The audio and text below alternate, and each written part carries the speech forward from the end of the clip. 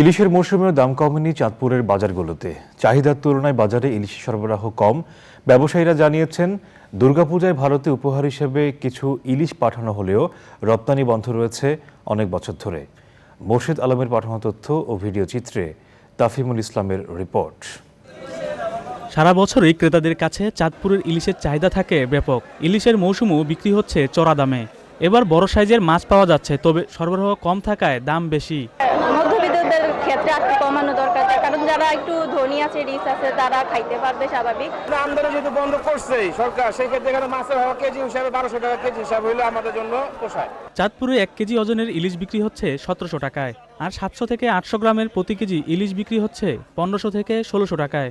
যে ইলিশটা এখনো 1700 থেকে 1800 টাকা কেজি। আমরা এর নিচে কিনতে পারতেছি না। অন্যান্য সাইজ বলতে চাঁদপুরের বাইরে যে মাছটা, বরিশালের মাছটা, ওই মাছটার দাম কেজিতে 200-300 টাকা কম আছে। আমদানি কম হওয়ার কারণে আমাদের বাজারটা এখন একটু বাড়তির দিকে আছে। তা আমদানি যদি একটু ভালো আমদানি হয়ে যায়, তাহলে মাছের বাজারটা আবার সাবেকের মতন আইসা পড়বে আশা করি। চাঁদপুরের রূপালী ইলিশ সুস্বাদু হওয়ায় দাম কিছুটা বেশি। ব্যবসায়ীরা জানান, দুর্গাপূজা উপলক্ষে প্রতি বছরই ভারতে উপহার হিসাবে ইলিশ পাঠানো হলেও 2012 সাল থেকে অন্যান্য দেশে ইলিশ রপ্তানি বন্ধ রয়েছে। দুর্গাপূজা উপলক্ষে 2,000-5,000 টন মাছ ইন্ডিয়াতে যাইতো, কিন্তু এছাড়া তো ইন্ডিয়াতে রপ্তানি নাই বা বাংলাদেশে কোথাও রপ্তানি নাই আমাদের জানা মতে।